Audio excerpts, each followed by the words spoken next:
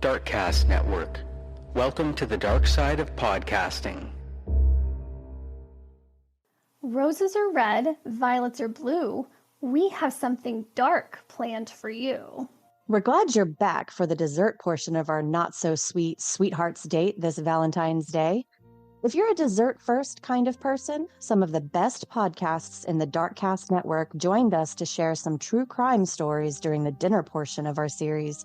Be sure to go back and indulge in those tales. So grab that box of chocolates or decadent lava cake and dig in while more of our podcasters share their spooky Valentine's Day stories.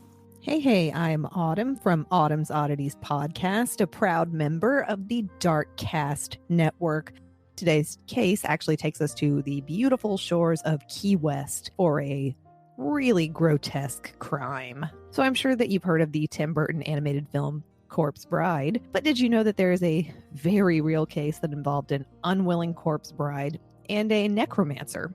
When I say unwilling, I mean that this poor woman had no clue what was going to happen to her body after she died, and she certainly would not have been okay with what Carl Tanzler did to her. So who was Carl Tanzler? Well, the life of Carl Tanzler began on February 8th, 1877 in Dresden, Germany. He was born as Carl with a K, Tanzler, or George Carl Tanzler. So there's not much information about his early life up until his teen/early adult years. After graduating from a medical university, he left for Australia, where during World War I, he somehow ended up in an internment camp. After the war, former prisoners were not allowed to stay in the country, so he was deported to Holland. Around 1920, he married Doris Ann Schaefer. Together, they had two children, Aisha Tanzler, born in 1922, and Crystal Tanzler, born in 1924. So Tanzler saw no prospects in post-war Europe, so he decided to immigrate to the States, and his sister actually already lived in Florida.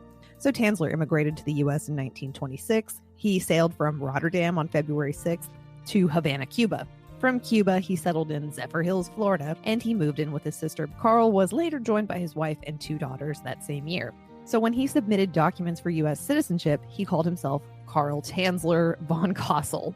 This was not an accidental name choice. Tanzler loved telling the story that he supposedly had a relative, Countess von Kossel, during his childhood in Germany and later again traveling briefly through Genoa, Italy. Carl claimed that he had been visited by this dead ancestor. Her full name was Countess Anna Constantia von Kossel, and she revealed to him the face of his true love, an exotic dark-haired woman. The woman was supposed to become the love of his life. Well, in 1927, for whatever reason, probably his delusions of grandeur, Carl abandoned his wife and children in Zephyr Hills to move to Key West, Florida. Once there, he got a job as an X-ray technician in the Marine Hospital on Key West. Old Carl also decided that he wanted to completely reinvent himself, and so he changed his name to Carl von Kossel. Carl worked for several years in a hospital that was full of patients sick and dying from tuberculosis. On April 22nd, 1930, while working in that Marine Hospital in Key West, Tanzler met Maria Elena Milagro de Hoyos, a local Cuban-American woman who had been brought to the hospital for an examination by her mother.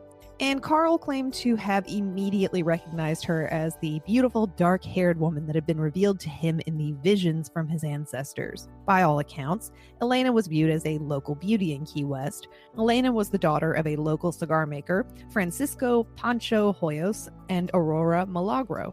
On February 18th of 1926, Elena married Luis Mesa, and he left her shortly after she miscarried the couple's child and moved to Miami. Elena was actually still legally married to Luis at the time of her death. So Elena's life didn't really get any better from there, and she was eventually diagnosed with tuberculosis. Carl, with his self-professed medical knowledge, he attempted to treat and cure Elena with a variety of medicines, as well as X-ray and electrical equipment that he brought to Elena's family home. It became clear that his interest in Elena was not just that of a medical provider treating a patient. Carl showered Elena with gifts of jewelry and clothing and allegedly professed his love to her, but no evidence ever surfaced to show that any of his affections were reciprocated by Elena. Despite Carl's best efforts to treat Elena, She died of terminal tuberculosis at her parents' home in Key West on October 25th, 1931. Kossel was inconsolable at the loss of his unrequited love. Not long after her death, he got permission from her family to take Elena's body and put it in a casket full of formaldehyde. He paid for the funeral expenses and talked her relatives into building a crypt with his own money, but for some strange reason, he ordered only one key to it, and that key was for himself. His daily visits to her crypt began to make people take notice. So one evening in April 1933, Tanzler crept through the cemetery where Elena was buried and removed her body from the mausoleum. He was carting it through the cemetery after dark on a toy wagon, and he took it back to his home. His reasoning for doing this was that he reported that Elena's spirit would come to him when he would sit by her grave and serenade her corpse with her favorite Spanish song. He also said that she would often tell him to take him from her grave. Then one day, Carl stopped visiting Elena's grave. Because old von Kossel had stopped coming, many assumed that he had died. That was until he turned up in another part of town, having moved and bought a small house near the sea. This sudden change in routine surprised Elena's relatives, but they could have never even imagined the reason for the ceased visitation. Keeping to himself, Carl lived a private life for years, and neighbors only saw him when he went back and forth with large packages. They also said that they could hear him singing and playing his organ late into the night, but that he was always alone. In October of 1940, Elena's sister Florinda began hearing rumors of Carl sleeping with the disinterred body of her sister. Plus, the cemetery reported that Elena's casket was missing. So Florinda went ahead and confronted Carl at his home. When Florinda showed up at Carl's house, she demanded to know what happened to her sister, and Carl went ahead and showed her. Elena's corpse was indeed upstairs in his bed. Carl had attached the corpse of Elena's bones together with wire and coat hangers and fitted her face with glass eyes. As the skin of the corpse decomposed, Carl replaced it with silk cloth soaked in wax and plaster of Paris in a kind of death shroud. So as the hair fell out of the decomposing scalp, Carl fashioned a wig from Elena's hair that had actually been collected by her mother and given to him not long after Elena's burial in 1931. Well, Carl filled the corpse's abdominal and chest cavity with rags to keep its shape, but he also dressed Elena's remains in stockings, jewelry, and gloves, and he kept the body in his bed. He also used copious amounts of perfume, disinfectants, and preserving agents to mask the odor and stave off the effects of the corpse's decomposition. Florinda notified the authorities, and Carl was arrested and detained. After his arrest, Carl was psychiatrically examined, and he was found mentally competent to stand trial on the charge of wantonly and maliciously destroying a grave and removing a body without authorization. So after a preliminary hearing on October 9th, 1940 at the Monroe County Courthouse in Key West, Carl was held to answer on the charge, but the case was eventually dropped and he was released as the statute of limitations on molesting a grave was only 2 years, and at this point it had been 7 years. So where is Elena during all of this? Shortly after her corpse's discovery by authorities, Elena's body was examined by physicians and pathologists and then put on public display at the Dean Lopez Funeral Home, where it was viewed by nearly 6,800 people. But Elena's body was eventually returned to the Key West Cemetery, where the remains were buried in an unmarked grave, supposedly encased in cement, in a secret location to prevent further tampering.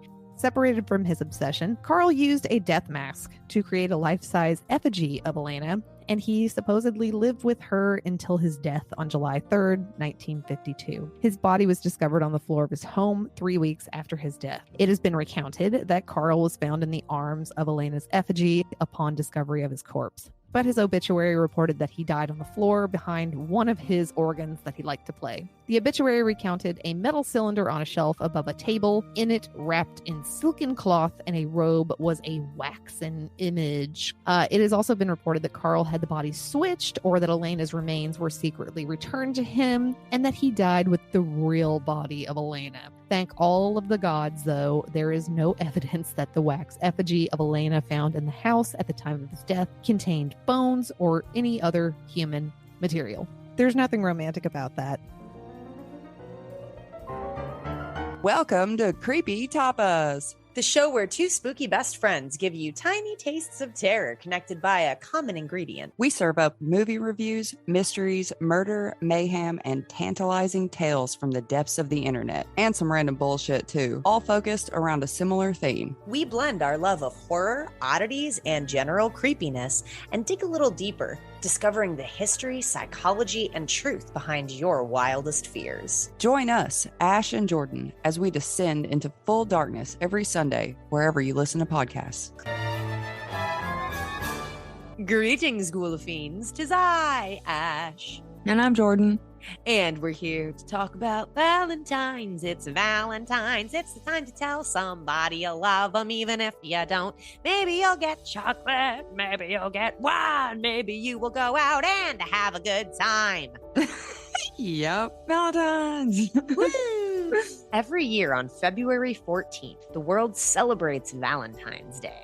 It's a time to celebrate love and romance. But the origins of this festival of candy and cupids is actually pretty dark and bloody. Animal sacrifices, random coupling, and the whipping of women. Not quite the lovey-dovey day that we celebrate now. So I'm sure most people believe that Valentine's Day has its roots in the Christian faith, considering the day is seemingly named after Saint Valentine. Many historians believe that the day originated from the Roman pagan festival of fertility called Lupercalia. This was a major festival on the Roman calendar and was commemorated every year on February 13th through the 15th. It was held in honor of Faunus and Lupercus, the gods of agriculture and fertility. In the morning, the priests of Lupercus, known as Luperci, gathered at the Lupercal cave, which lay at the foot of the Palatine Hill. In a ceremony for fertility, and because Lupercus was a god of shepherds, 2 male goats would be sacrificed in the cave. This was followed by the sacrifice of a dog to represent purification, because dogs often guard the flocks, and I'm not okay with that. Well, blood from the sacrificial knife was then smeared across the foreheads of 2 naked Luperci. So after the blood face paint party, the knife was wiped clean with a piece of milk-soaked wool, which was meant to signify new life. And historians have suggested this ritual is why Valentine's Day is associated with the colors red and white. Red represents the blood from the sacrifice, which sounds like a Valentine's Day poem. Roses are red like the blood of the sacrifice. Violets are blue like your bruises. White represents the milk on the wool that wipes the knife clean. Think about that the next time you decorate for Valentine's Day and you're like little red hearts and in white. That's blood and milk. So a huge feast followed this ritual. And after everyone was thoroughly stuffed, the Luperci cut strips of skin from the sacrificed goats called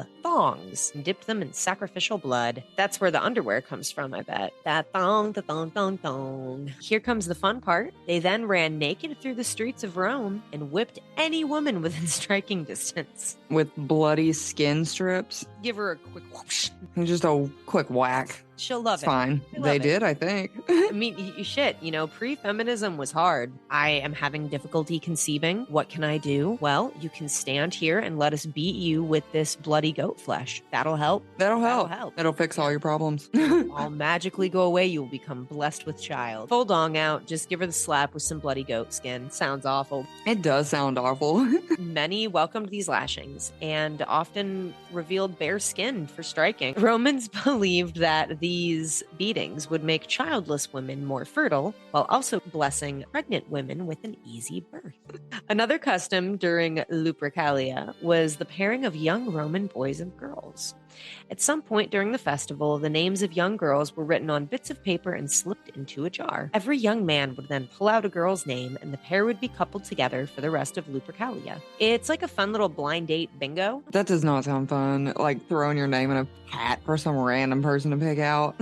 You don't think that's a meet cute? Some people fell in love, and then they would stay together, and then they get married, Just worked out. Cosmic connection that never would have happened otherwise. Grandma, how'd you meet Grandpa? Well, he drew my name out of a hat. Got me pregnant during Lupercalia, and that was it. It is not officially known whether the stories about Saint Valentine were about one man or multiple men merged together. The most popular belief is that he was a priest in the Roman Empire during the 3rd century, and was executed under the command of Claudius II for performing marriages in secret after the emperor had outlawed them. The story goes that while awaiting his fate in prison, he fell in love with the jailer's daughter. After his sentence was decided, Valentine supposedly left a farewell note to the young lady and signed it, "From your Valentine." Then on the 14th of February, 269 AD, he exited the jail and walked towards the most unromantic of ends, death by beating and decapitation. As Christianity swept across the globe, many pagan traditions were absorbed and adapted into the Christian faith. In the 5th century, Pope Gelasius I banned Lupercalia and declared February 14th a day to feast and celebrate the life of the martyred Saint Valentine. The festival became more of a theatrical interpretation of what it had once been, but that didn't stop it from being a day of fertility and love. So, if you're listening to this and you don't know already, all women ovulate on Valentine's Day. So I did a little deep dive about some of the 3 most popular presents that you get during Valentine's Day. The rose did not start its life as a symbol of romance. We're gonna pop in the time machine. We're gonna go back to Victorian England. It's probably actually not very good for either one of us. Women's roles were limited by social norms and customs, so women were only permitted to learn subjects that were deemed socially acceptable. The language of flowers, or florography, was studied by most Victorian women and was basically really slow, cryptic text messaging. These messages would be sent to lovers, friends, and yes, even enemies. Imagine sending your enemy a bouquet of flowers. Pennyroyal in a bouquet often symbolized, "You must leave." Disdain for the recipient. Rose meant perfect beauty on its own, but the red symbolized romance. So you can see how the recipient would read the red rose as being a romantic gesture. Although most of these secret messages faded away over time, we still use the red rose today to tell someone we want to smash. We have been using chocolate in relation to sexual desire and romance for over 5,000 years. The earliest documentation of it comes from the Mayans. The Mayans loved drinking chocolate. They would grow and harvest cocoa beans, grind them into a paste, which was then mixed with chilies, cornmeal, and water. This chocolatey drink was used in religious ceremonies and as a dessert at the end of celebratory feasts. Mayans were the first culture to link chocolate with romantic love. The couple would sip the chocolatey concoction from a shared chalice during their wedding ceremony. So Aztecs created a similar beverage called Zocolotl, which contains cocoa, honey, and vanilla, which actually sounds friggin' delicious, and I'm tempted to order one the next time I go out for fancy coffee drinks. This was believed to give you special powers. It probably does. Chocolate makes you a superhero. So it was known to arouse severe passion and make you, incredibly amorous. King Montezuma II would partake in this ritual before entering his harem to stoke his libido, The Greeting Card Association says the oldest known Valentine's Day card still exists to this day. It's a poem written by the Duke of Orleans. The Duke had a tragic life, wrought with grief like so many during that time. His first wife was lost during childbirth, and his family had mostly all died. Eventually, he was captured at the Battle of Agincourt in 1415 and sent to the Tower of London. He would spend 25 years in confinement. While he was a prisoner, he wrote many letters back home to his wife, as well as journals of poetry, which became progressively darker during his confinement. One such communication to his wife is the very first Valentine, and it goes, "My very gentle Valentine, since for me you were born too soon, and I, for you, was born too late. God forgives him who has estranged me from you the whole year. I am already sick of love, my very gentle Valentine." Unfortunately, his wife would pass away in 1435, several years before Charles's release. She died childless while waiting for her husband to return to her. So, happy Valentine's Day. Hey friend, I'm Keely. I am the host of a paranormal and true crime podcast called Missy Mysteries and a proud member of the Darkcast Network. Today, as love is in the air for this love-focused holiday, I'm pretty thankful I get to spend it with my spouse. But before him, like many of us, and probably some of you listening right now, I had my fair share of bad dates. For my story today, I'm telling you a mix of a couple of real-life bad dates and my imagination to bring you my bad date gone haunted story. Let's take a jump back to early 2019 when a 19-year-old me just entered the world of dating apps. I was on as many of the dating apps as I could think of, but I met this specific date on Bumble. Our plan was to meet at a restaurant after I got off of work that night. I normally try to save dates for my days off because at this point I worked at a doggy daycare and smelled like dog, especially after work on rainy days like this day. But this date was super stubborn about this specific day. And of course, he was the one who ran an hour late. But I still went through with the date. Odd to say the restaurant is where it went wrong when he was an hour late, but here is where it all went wrong. As we sat down, he made inappropriate comments about the waitress while still being rude to her. We obviously tried to make conversation before he made a comment about how I was devaluing myself with tattoos. This is honestly where I checked myself out of the date and noticed something really odd. The restaurant was full, even the table next to us. The table next to us had 4 adults and a baby, all eating, except for one woman sitting on the booth's bench in between our table and the next, almost like she was with their group, but she didn't quite fit at their table. This woman was sort of pale. She had longish red hair and dark brown eyes. She was dressed in a pretty simple outfit, blue jeans, a t-shirt, and black Converse. The only thing off was that she looked kind of beat up. Her arms had bruises, she had a cut on her head, and her jeans were pretty dirty. She was just watching our table, never talking to anyone or eating anything. Nobody even seemed to know that she was there but me. I had this odd feeling, and I decided to ask my date if he believed in ghosts. Of course, he laughed at the idea, telling me how ridiculous this was and asking why every single woman he went out with asked him about ghosts. He laughed at how ridiculous the idea was, but talked about how whenever he was with women, especially if he took them home, things would fly off his shelves, water would turn on by itself, along with plenty other clear signs of being, well, haunted. But he had excuses for all of them. No matter what, though, he said everyone eventually stopped coming around. This honestly could be his personality or the fact that he was haunted, but by this point we had asked for our checks. I was ready to call it for the night for a lot of reasons, but used my school the next morning as my excuse when he asked if I wanted to extend our date. The biggest thing I noticed was the eye contact that the girl made with me when he was trying to convince me to make our date longer. She even followed us out, watching us from his back seat till he drove out of the parking lot. I decided to become the next ghost in his life, blocking him on everything, but not before finding out he had a missing ex-girlfriend who fit the description of the girl I saw, almost as if she was warning me and all the other women in his life about him. Hey everybody, this is Jamie and Josh from the Paranormal Peace Podcast, and tonight we have a story of love and heartbreak.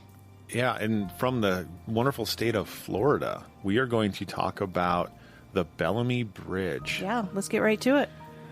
The legend of Elizabeth Bellamy and her haunting of the bridge that bears her family name is one of heartache and tragedy. Young Elizabeth was engaged to be married to Dr. Samuel Bellamy, a politician, bank examiner, and Jackson County planter. Their wedding was to take place in the backyard of a beautiful mansion that Samuel built for his wife-to-be. Picture, if you will, hundreds of guests from all over, including some from Europe, gathered in the rose garden of a picturesque mansion. The bride, beautiful in her extravagant wedding gown, smiling and happy as she stands in the front of a full yard of guests with the man that she loves. After the vows, a band plays as the happy couple makes their way down the aisle in the backyard, past family, friends, and local dignitaries to the house. They wait inside the parlor as people start filing into the ballroom where the band has taken up in the corner of the room ready to play. The ornate double doors open as the butler announces the arrival of the new Mr. and Mrs. Samuel Bellamy. As the musicians start to play, the couple starts to dance their first dance as husband and wife. The evening is one of grandeur and elegance as the food and drinks are served on elegant silver platters by the staff in black and white dress. The party doesn't seem to slow down as the night slowly drifts closer to the start of a new day, as the candles that surround the room bask the area in a soft, warming light. If you were to ask any of the guests later, no one is quite sure how the tragic events unfolded, but all they can remember is the horrific screams. As Elizabeth was dancing, around the room, spinning and twirling, laughing and having the most wonderful time of her life. She was not aware of how close she was coming to the edge of the room. Her dress hits one of the tall candelabras, illuminating the room, knocking it to the ground. One of the candles falls not onto the floor, but instead onto her dress. The dress instantly catches fire and starts to spread. By the time Elizabeth notices, it's too late as the flames quickly move up the train and past her hips. She screams a high-pitched wail that will forever be etched in the minds of those that attended the event, and runs out of the room, out of the house, into the rose garden. By the time her husband reaches her in the backyard, she is fully engulfed in flames. Throwing a vase of water and using his jacket, he is successful in extinguishing the flames. Samuel is surprised to find that his bride is still alive, but terribly burned black over most of her body as the dress has fused with her skin in places. With help from some of the guests, they managed to bring Elizabeth into the room that would have served as her marital chambers. As the new day passes, Elizabeth screams in agony until sleep overtakes her, at times praying for the end to come quickly. Unfortunately, death does arrive, but not until a few days have passed. Her body was laid to rest in Samuel's brother's property near the Chipola River. The week that started with hope and happiness ended with heartbreak and anguish. It is said that on clear nights, near the bridge that spans the Chipola River, not far from where Elizabeth was laid to rest, a woman in white walks the banks of the river. Sad. It's absolutely tragic. Yeah, I mean, they were very much in love. Yeah, I can't imagine a more heartbreaking event. Well, yeah, something that's meant to be the happiest time of your life, one of the happiest days, turns into one of the most tragic and sad. Yeah, it's horrible. And for your anniversary every year, you relive it. You're reminded of it. Yeah, that's not the way you want those things to go. No, but this story, the people in it are real, okay? They were actual people. However, it is mixed with legend, and that's not really what happened. Right. So what did happen to Elizabeth and Samuel Bellamy? Well, they did get married, but they got married in North Carolina. That's where they grew up. They known each other as kids. They had a young son, and they moved to Marianna, Florida. So they moved to the area. They moved to the area. They did not get married there. So then how did we come up with this? Where did this story come from? It had to come from somewhere. So a lot of people believe it came from this woman who wrote these books. Her name was Caroline Hentz, and she wrote books, but in her books, it's that same story, but it's of a slave woman that got married. And she got married in a stately mansion because her owners held her in such high regard that she was married there. And it is her that her dress caught fire. And that's based on actual events, but in another state. It was not in Florida at all. And a lot of people believe that while people, that while the books that this woman had wrote on these events, on these based on true events, they've forgotten long about the books, but the story seems to have, imposed itself on Elizabeth and Samuel and their story. So it's kind of like a mix of the two. That's interesting. Kind of morphed into one. Yeah. Yeah.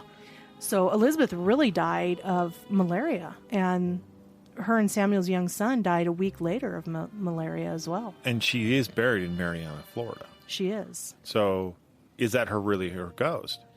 I would believe, because look at the way it all ended for her. I mean, in the story. But even if she died of malaria, right? When she died, her son was still alive. And of course, her husband, because he recovered from malaria. Right. So, yeah, she lost, it was just, they were very much in love. And Samuel never got over the loss of his wife and son. I mean, he went on, but he turned to drugs and alcohol. And eventually he committed suicide. Which is still, that's the true story, and that is still horribly tragic. Horrible and tragic, because when Elizabeth died, she was only 18. That's very young. And her son, Alexander, was only, I think, 18 months old. So he was very young as well. Yeah, that's all really young. It's all very young. So very, very tragic. I believe she could walk those banks over there in Marianna by the Bellamy Bridge. I believe so, too. I believe that the ghost sightings, I believe, are real. Mm-hmm. I do, too. They may not necessarily be appointed to the correct person. Yeah. But the story is that of love and tragedy. Love and loss. Love and loss. True love and, and the tragic loss of it. So hopefully they're together now. Yes. It is said because Samuel committed suicide that he was not able to be buried within, the church grounds and all that stuff, because suicide was considered looked at, a mortal sin. Yeah, so they say he's forever cursed to wander looking for his wife and child. But I hope that they are together. Yeah. I hope that they are all together. So keeps the tragedy. Yes, but a little better. You can look up on YouTube and Bellamy Bridge in Marianna, Florida. There's videos. Look it up online. There's pictures of the Bellamy Bridge. You know, it's just an old frame of a bridge anymore. It used to be wooden. It's metal now. It was replaced in 1900 and something. But yeah, you can find pictures. You can find pictures with little streaks, orange streaks and white balls of light through it. You can visit it. There's the Bellamy Trail that went in there. So I believe there's tours. So yeah. Just be careful. It is Florida. It is by water. Mm-hmm. I'm sure there's gators. I'm sure. So everybody, stay ghosty. Hi, this is Kiki, the producer and chief researcher for the Pennsylvania-based podcast Mission Spooky. I'm usually joined by my host, JC, a former paranormal investigator, and my co-host, Cord, a former ghost chaser and professional wrestler. Every other week, we dive into some disturbing subjects, such as ghostly encounters, weird legends of the Northeast, and even some true crime connected to paranormal activity. Today is a special Valentine's Day love story about a fanciful, yet cold and calculating girl of privilege and the unfortunate man she seduced into killing her equally unfortunate husband. This tragedy is often referred to as the Cherry Hill murder. Elsie Lansing began her troublesome ways at a young age. According to family records, she had lost both her father and mother before the age of 15. Abraham Lansing, her uncle, became her guardian, and she was the sole heir to his estate. According to Robert, Elsie spent most of her time gallivanting with her friends. She would invite them through a little traversed rear entrance to play in the stables in the backyard. This doesn't seem to be a terrible offense, but for a young girl who was to inherit a large sum of money, it appears that Uncle Abe expected more from his young ward. He became so distressed that she chose to neglect her studies and run amok that he began nailing her windows and doors shut. Rarely was she left alone for too long, someone always watching her every move to keep her in line, which led to an extreme decision. John Whipple boarded next door to her uncle's home. He and Elsie became friends, and then, according to Robert Lansing, Elsie attached herself to him in a, quote, lecherous fashion. John Whipple would find himself madly in love with the 15-year-old and devise a plan for her escape, which included running away and eloping with him. Robert Lansing recalled how he and his brother tried to stop the elopement from happening, but in the end, they knew the marriage had probably taken place the evening before in Troy, New York, and so there was no sense in running after the two lovers. Abraham Lansing was not a happy man at this point. His protege, having married Whipple, 9 years older than herself, was now on her, quote, own, but rather than her inheriting his fortune, Mr. Whipple was now in charge of it by way of the marriage.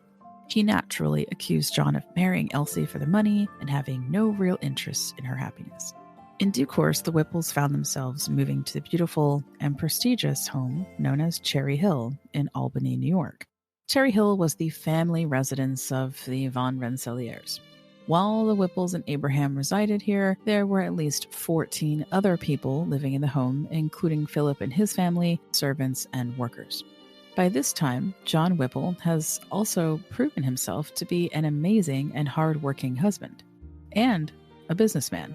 He took Elsie's inheritance, and from what family records indicate, rather than spend it frivolously, he had grown it into a small fortune. John was the captain and owner of a sloop and had been traveling between Albany and New York City as a merchant's vessel. Living at Cherry Hill meant that Elsie was never alone while he was away, and she would always have help in raising their first child, a son. It would seem that both John and Elsie should be happy with this arrangement. Elsie would destroy this perceived happiness, as she began a new relationship with a man hired to work at Cherry Hill named Joseph Orton. When Orton arrived at Cherry Hill, the Rensselaers thought they knew everything there was to know about him, but he did have some secrets of his own to keep. Some accounts suggest that Orton had seen Elsie before taking the job at Cherry Hill. Either way, an intense affair between the two begins, with a string of letters back and forth delivered by servants and sometimes the Van Rensselaer children. By the spring of 1827, Elsie and Joseph began to construct a plan to run away together. Elsie decided they needed at least $1,200 to begin a new life, but her husband had total control over her money. She decided to take matters into her own hands and bought arsenic in Albany.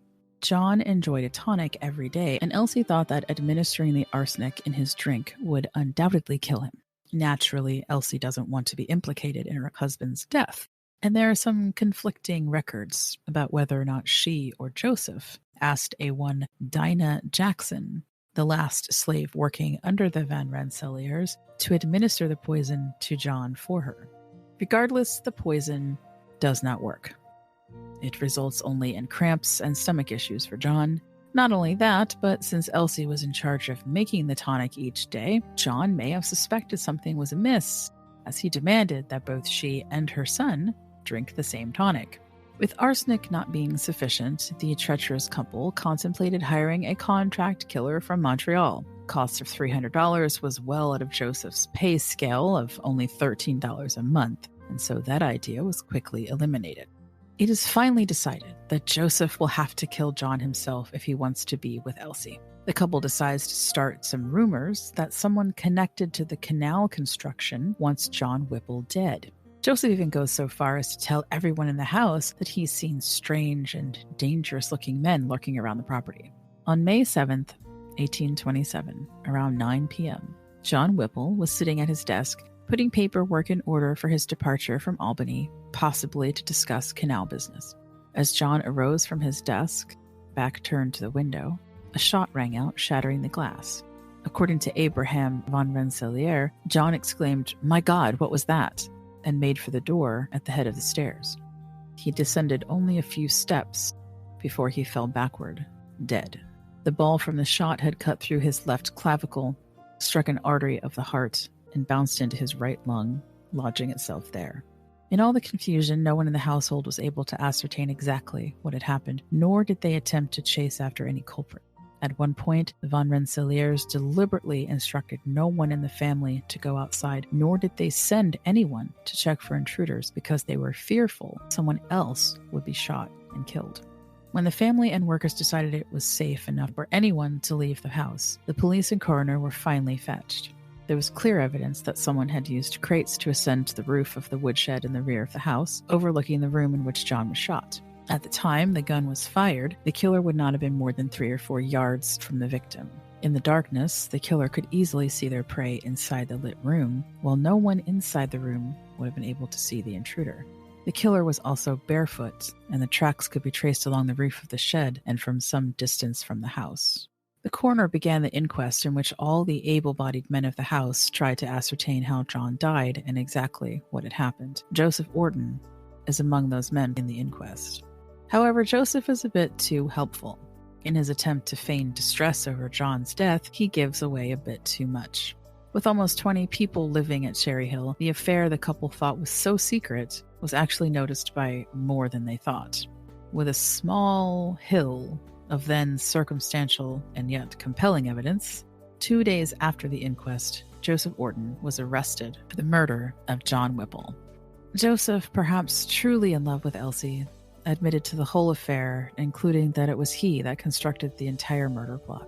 Rather than attempt to save Joseph from swinging alone, Elsie immediately said yes, the whole murder was his alone and that she had nothing to do with any of the murder plot nonsense. As the trial began, Joseph is forced to reveal his huge secret, one that he may have told Elsie, and that is that his real name is Jesse Strang. He had abandoned a wife and children, leaving them behind to start a new life in Ohio. There, he eventually faked his own death and took on the new identity of Joseph Orton. Unfortunately, this only makes him appear to be more guilty of constructing a murder plot while making Elsie look like she's been taken in by a nefarious thief only after her money and power. At least that's how the court is going to see it. During his trial, Jesse Strang told his side of the story, implicating Elsie almost every step of the way. It is she who devised the poison plot, although he says that he bought the arsenic. She tried to give him a pistol to shoot her husband. Strang admits to preferring rifles and ultimately purchasing a $25 flintlock in order to do the deed. She has him practice shooting through glass, as it was her idea to have him shoot from the woodshed roof through the window.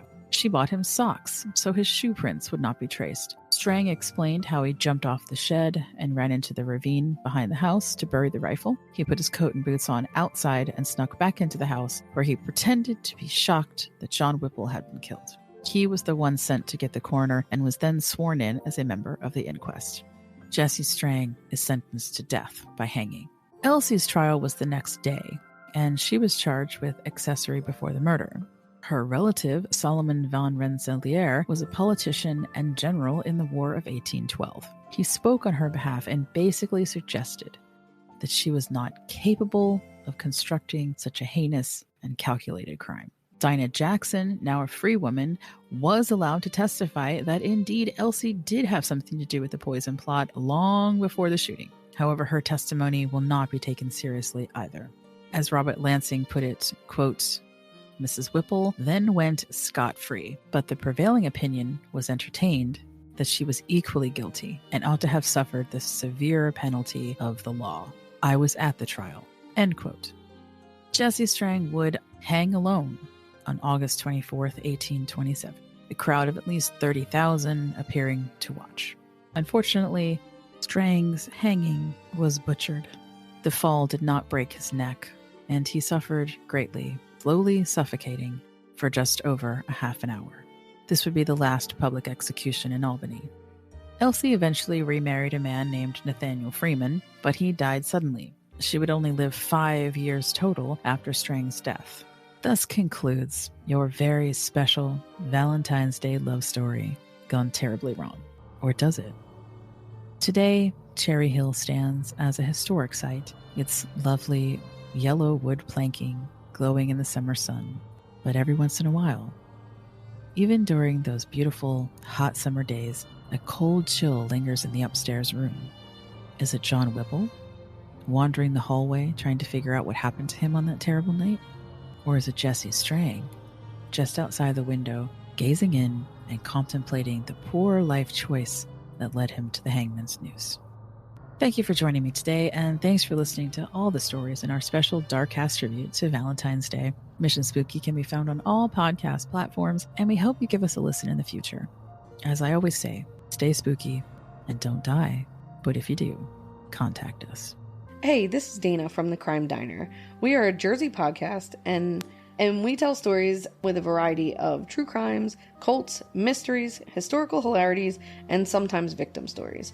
And we like to do this within a dinner with friends theme. Today, I'd like to share with you a little sampling of what you might get on our podcast and tell you the story of the Kiss and Kill murder. Elizabeth Jean Betty Williamson was a high school student ahead of her time in Odessa, Texas in 1961. She was not very popular. She had some very forward-thinking views for the time, being anti-segregation and pro-sexual freedom. She was a talented actress who wanted to eventually star on Broadway. She met a very conventionally popular and attractive boy named John Mack Herring. They started a little fling in the summer of 1960. While she was thrilled about the romance, he wanted to keep it a secret. They broke it off, and Betty was distraught. She had a plan that if she got with one of his friends, that she would make him jealous, but Mac wasn't jealous, and he just ended things permanently with her. She was so upset that she asked some of her friends to help her die, and they mostly thought that she was just being dramatic. So on the morning of March 22nd, 1961, police took a call from Betty's mother, reporting that her daughter had not come home from a high school play rehearsal. Police started their investigation at school, talking to friends and teachers. The night she disappeared, Betty had gone out with another man. When he dropped her off, he spotted Herring's car in the alleyway behind Betty's house. Investigators brought Herring in for questioning, and within 45 minutes he told them the whole story. He said that Betty had been begging him to help her end her life. She seemed so miserable, so he decided to do what she asked. After rehearsal, he drove home, grabbed his shotgun, rope, and lead weights.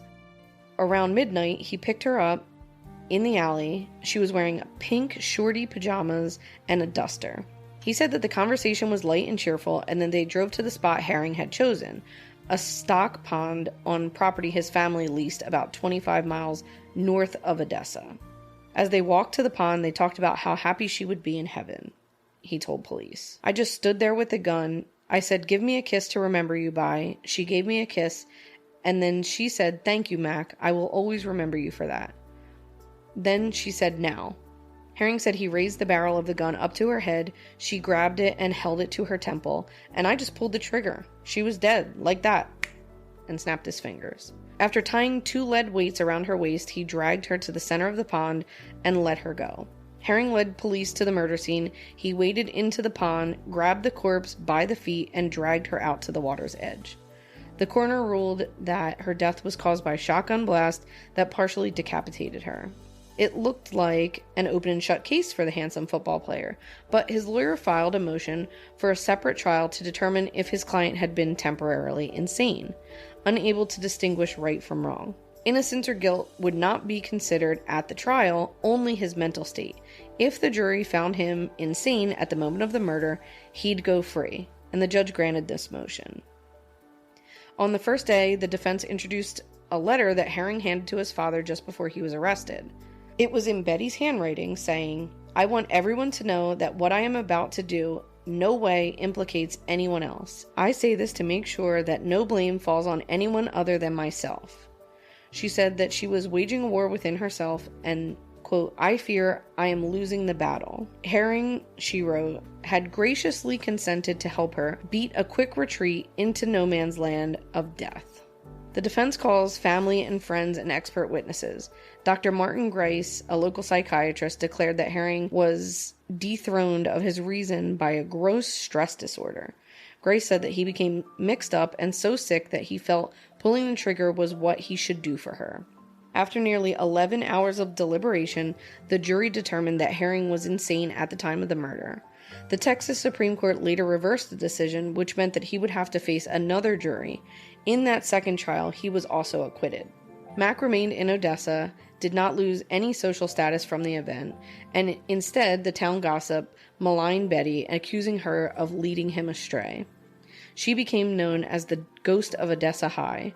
For years, people believed that a specter of a pretty blue-eyed blonde would appear if you parked in front of the school's auditorium at midnight and flashed your headlights, honked your horns, and called her name.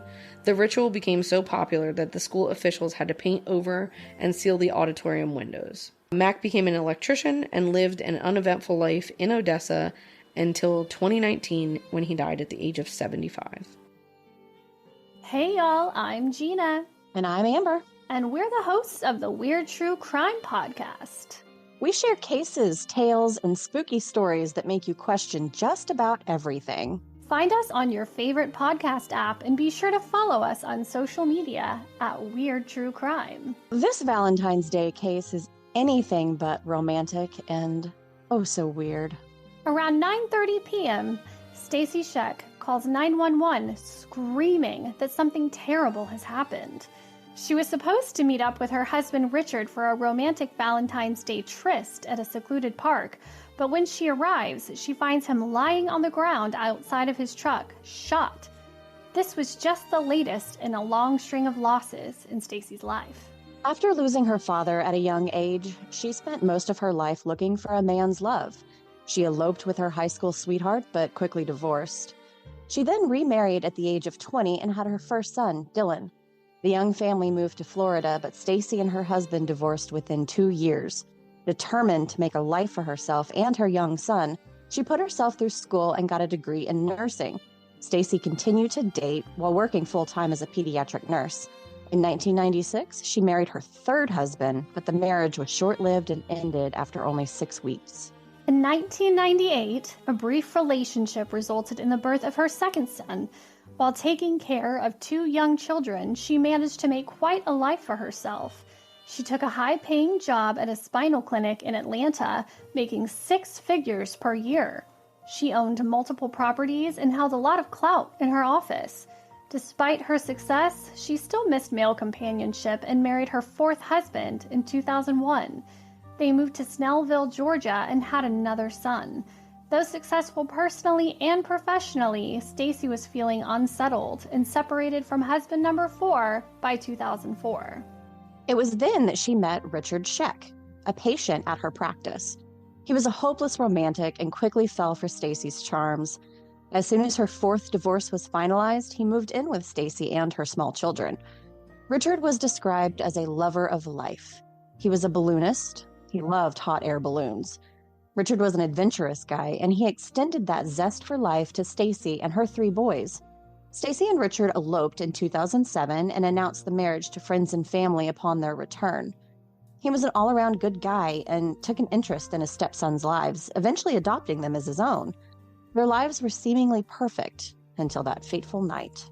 On Valentine's Day, 2010, Stacy and Richard made sure to take time out of their busy schedules to celebrate the romantic holiday together. It was Stacy's weekend to help take care of her elderly grandparents, so Richard stopped by their house around 5:30 for dinner. They were going to rendezvous at Belton Bridge Park in northern Hall County later that night to exchange their Valentine's Day presents. Richard left for the park while Stacy stayed behind at the house to wait for the night nurse to arrive for her grandparents. She left the house around 9:20 after the night nurse arrived and headed to meet him. When she pulled up, she noticed Richard's truck sitting there, but immediately felt something was wrong. The truck was running, the door was open, and the headlights were on. After Stacy called 911 in hysterics and asked for help, deputies raced to the scene. It was then they discovered 46-year-old Richard Scheck shot dead outside of his truck. He had been shot 3 times in the chest and abdomen, and twice in the face. Investigators found 3 sets of tire tracks at the scene. One belonged to Richard's truck, another belonged to Stacy's car, and a 3rd set of tracks had come and gone before Stacy arrived. They could determine that the tracks were left by Goodyear Integrity tires and had no vehicle to match the tires with. The initial thought was that the 3rd set of tracks belonged to the killer and they were looking at a potential robbery. But a closer investigation showed that Richard had been shot 6 times, and his wallet, wedding band, and watch were still on him when he was found. However, due to the remote location, there was a possibility that he drove up on something he wasn't supposed to see and was killed because he was a witness. During her statement to the investigators, it was revealed that Stacy had been having an affair with a man from her work named Juan Reyes. The relationship between Juan and Stacy seemed serious as Juan and his family were living in a house owned by Stacy and Richard. She was also paying for his cell phone and the truck that he was driving. Interestingly, the pair had vacationed together in Las Vegas just 3 weeks before the murder. Stacy told investigators that she and Juan had even talked about being together in the future once her kids were out of school. Police rightfully questioned if Juan had anything to do with Richard's murder, but she outright denied it. The police went to Juan's house at 4 a.m. to question his involvement in Richard's murder, but despite their banging and knocking on all the doors and windows, Juan never answered the door. The following morning, they found him at his workplace and took him to the station for questioning. Reyes openly admitted to the affair with Stacy, but denied any involvement in Richard's murder. He was under the impression that Stacy and Richard had an open relationship, and he had been at home all night with his family in Atlanta. Reyes' ex-wife, who was living at the house at the time and trying to reconcile, confirmed his alibi, and the police were able to rule him out as a suspect. With nothing else to go on, investigators pulled the phone records for the cell phone tower closest to the park where Richard was killed. Since it was a pretty isolated location, there weren't many calls going through the tower, which made it easy to cross-reference the calls made around the time of the murder with Stacy and Juan's phones. The records pointed them to a man who went by the nickname Mr. Results. Mr. Results was actually a personal trainer named Reginald Coleman. He did, however, have a criminal record, but had moved to Atlanta to reinvent himself. When questioned about his whereabouts and phone calls at the time, Reginald told investigators that he had been calling a woman he had been dating, Lenitra Ross. While Reggie calling his girlfriend wouldn't normally be a big deal, police discovered an interesting connection. Stacy Scheck was Lenitra's supervisor at the clinic where they had both worked. Not only did Lenitra work for Stacy, but she also rented one of Stacy's many properties, and the two had become friends. With this newfound connection under their belts, investigators pulled Lenitra's cell phone records and found that she had spoken with Mr. Results on the night of Richard's murder. She sent a text to Stacy that read, quote, "Hope you have a happy Valentine's Day," end quote. The investigators suspected this was code for communicating the job was done. To add more fuel to the fire, Lieutenant Dan Franklin received a call from an IT guy at the DeKalb Medical Center where Stacy worked. His job was to clear out the junk emails from employees' email accounts, and he noticed that when he went to clear out Stacy's, he found it odd that her email account had been completely cleared out for Friday, Saturday, and Sunday, the weekend of the murder. The police got a warrant for her emails and found 2 emails from Stacy to her bank asking for money to be transferred from a real estate account to Lenitra Ross to, quote, pay for home repairs, end quote, just days before the murder. Investigators spoke with Ross, who, as we stated earlier, was renting a house from Stacy, and she confirmed the money, which amounted to $8,900, had been for repairs to the home. Bank records showed that Lenitra had actually transferred the money to Mr. Results, but while the money trail led to Reggie, the tire tracks found at the scene did not. In May of 2010, Stacy's cousin, Connie Hearn, noticed that their grandparents' car was missing. She reached out to Lieutenant Franklin and informed him that at the time of Richard's murder, her grandparents' vehicle had been missing. The vehicle in question, the Chevrolet Impala, had been given to Stacy for her to sell to use the money for her grandparents' medical expenses. Unfortunately, according to Connie, they never saw a dime of the supposed $14,000 Stacy said she received from selling the car. Investigators found the car parked at Lenitra Ross's house with Goodyear Integrity tires on it. Confident he found the vehicle involved in the murder, Lieutenant Franklin could now place Reginald Coleman at the scene thanks to the tire tracks and his phone records. However, when he was arrested and brought in for questioning on May 25, 2010, he denied all involvement in the murder plot. Lenitra was arrested a few hours later, but refused to turn on her friend. Her admittance didn't matter, though, because the text messages, tire tracks, and money trail all led back to Stacy. That same day, just 2 days after she spread Richard's ashes from a hot air balloon, investigators arrived at the clinic where she worked with a warrant for her arrest. Prosecutors found her to be intelligent, manipulative, and a borderline sociopath. When confronted with the possibility that this could be a death penalty case, Stacy started talking and her defense attorney started looking for a deal. In return for a plea deal, she turned on Lenitra and Reginald. During Lenitra's trial, Stacy took the stand and claimed Richard was molesting her middle child. She claimed she had gone through so many divorces because of her own sexual abuse as a child and had issues finding trust in men. When she discovered her own son was being abused, she decided that Richard needed to be taken off the face of the earth. This is when she enlisted the help of Lenitra and her on and off again boyfriend, Mr. Results. She gave Reginald the down payment of $8,900 with the promise that Lenitra could have the house she was currently renting from Stacy. Lenitra and Reginald stood to gain around $100,000 total for the murder of Richard Scheck. With everything set, Stacy lured Richard out to the secluded park with the promise of a romantic rendezvous, but when Richard arrived, he was greeted by Reginald instead. Lenitra's defense argued that Stacy was making up the story to throw their client under the bus.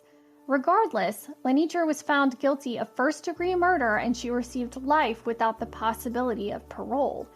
Worried about his own fate, Reginald Mr. Results Coleman decided to plead guilty to murder. He also received life without the possibility of parole. On December 3, 2012, Stacy Scheck pled guilty to first-degree murder, admitting she was the mastermind behind the plot to kill her fifth husband. Though she stuck by the abuse claims in court, Stacy told Richard's sister she killed him because she was worried that if they divorced, she would lose custody of her sons due to the legal adoption. When interviewed, her son stated that he had never been abused by Richard or told his mother that he was being abused. Investigators also found no proof of abuse between Richard and his adopted sons. Prosecutors argued that Stacy made up the claims to get away with murdering him. The court agreed and sentenced her to life without the possibility of parole. To this day, she states she truly believes her son was being abused and regrets not stopping the murder plot. Despite her regret, her own family says Stacy is right where she needs to be. Just goes to show that no matter how happy and perfect everything seems on the outside, you never truly know what's really going on. Hello, this is Nydia of the Crime Diner. We are a Jersey podcast, and every week we serve up a variety of true crime, cults, mysteries, historical hilarities, and sometimes victim stories. We do this within a dinner with friends theme. This is a charcuterie of the kinds of stories that you'll find on our podcast. It was Valentine's Day 2001, and like every dutiful husband in love, Dr. John Hamilton ordered an expensive bouquet of flowers for his wife, Susan. She would never live to see them. On this day, the residents of Oklahoma City bore witness to a terrifying murder when Susan Hamilton was found strangled and beaten to death on her bathroom floor. Coming home between surgeries, the good doctor allegedly found his wife dead in a pool of her own blood. She had been strangled with 2 of his own neckties, and her skull had been beaten so badly that pieces of her brain were exposed. Dr. Hamilton frantically called 911, claiming that he had found his wife of about 14 years dead on the bathroom floor. First responders found Susan Hamilton to be completely naked, lying in a pool of her own blood on the bathroom floor. At that point, all the skeletons in their closets were released. By their friends' accounts, Susan and John Hamilton had a happy marriage. To the outside world, their marriage was perfect, and neighbors even testified that the two were very much in love. But as investigators dug deeper, they found some suspicious clues that made Dr. Hamilton their prime suspect. Firstly, there was this note that his wife wrote him in his Valentine's Day card. "I bought my cards 2 weeks ago, so I guess maybe they don't seem as appropriate now, but I do love you. Have a good day, Susan." Some of Susan's family confirmed that she was considering divorce after discovering him making sordid phone calls with a stripper. Further investigation also revealed that John and Susan were involved in a dispute regarding money. Still, John's friends and colleagues refused to believe that he was capable of such violence. Then, to complicate the matter further, the police found traces of blood and flesh in Dr. Hamilton's car. His excuse was that he had attempted to perform CPR on his wife when he found her. They also found Susan's jewelry hidden in an underwear drawer, almost as if someone had wanted the police to think a robbery had taken place. So with a solid motive and forensic evidence connecting the doctor to the crime, detectives arrested John and charged him with the murder. Although most evidence seemed inconclusive in John Hamilton's trial, the prosecutors alleged that the doctor had blood splatters inside his shirt cuffs, which was only possible if he had murdered his wife with his own hands. After an expert witness testified that the blood spatters on Dr. Hamilton's sleeve were consistent with someone beating his wife, the jury convicted him of murder in less than 2 hours. As a result, he was sentenced to life in prison without the possibility of parole, and currently remains incarcerated at the Dick Connor Correctional Center in Hominy, Oklahoma. Sadly, dessert is gone and the stories are done, which means our not-so-sweet sweethearts date has come to an end.